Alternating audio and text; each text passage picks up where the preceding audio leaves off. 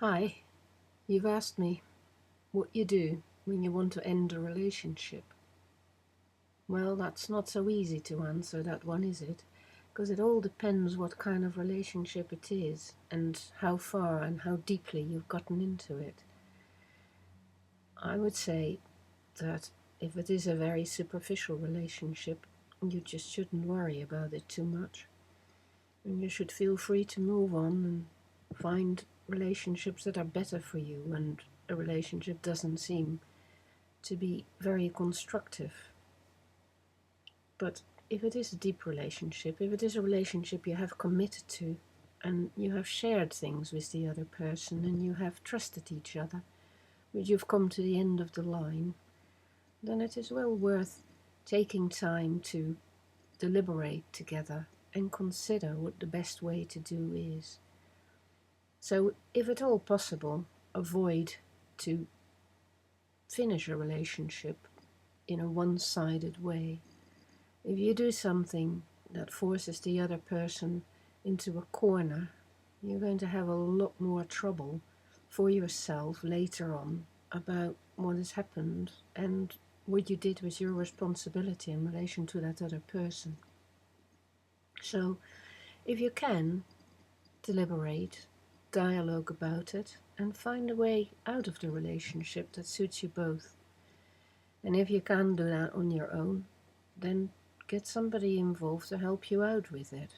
A friend who is neutral enough or wise enough to do that, or a counselor or a therapist may very well be worth turning to just for a few sessions, just to learn to be reasonable and kind to each other about it. Kindness is really of the essence.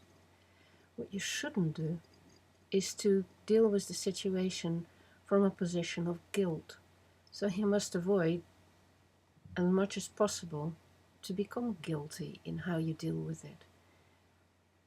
But it's no good burdening yourself with guilt that is unnecessary, and a lot of people do that. It is important to have an amount of freedom in your life, and it is important to be able to move on. And when you live for 80 or 90 years, you are going to have relationships that come closer and relationships that go further away again. It is not possible to stay in the same relationships for 80 or 90 years. So there will be losses and there will be sad moments where you have to part with somebody. Now, if that parting can be done in such a way that you both feel you have gained some freedom and that you have enough good memories and goodness that you take away from the relationship that you had together, then it can be a very good thing to know you have had this relationship in the past and you can build in your next relationship from what you have gained from the previous one. The one thing to avoid at all costs is to end up angry, reproaching, and resentful towards another person you have once been close to. That is the best recipe for dissatisfaction in your own life and obviously for guilt about what you've done to the other person. So, really learning to talk with another person and to have the principle of fairness and justice at the center of your discussion and try to relate to each other in a respectful way, that is the best way forward. And once you have done that and you have resolved the relationship, then you can have peace with it. And then don't feel obliged to be called back to that relationship when you have started a new one. Because when you make a new relationship, you know you have to commit to it and you know you have to be engaged.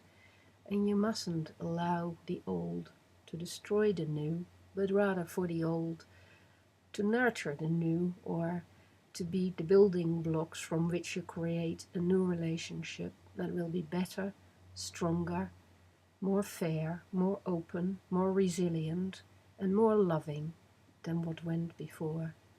And that's the objective for both of you. Just remember that. If you've loved a person, it is worth loving them enough to let them go. Good luck with that. Enjoy the love while it's there and make the most of it. Don't make it into suffering. It should be a good thing.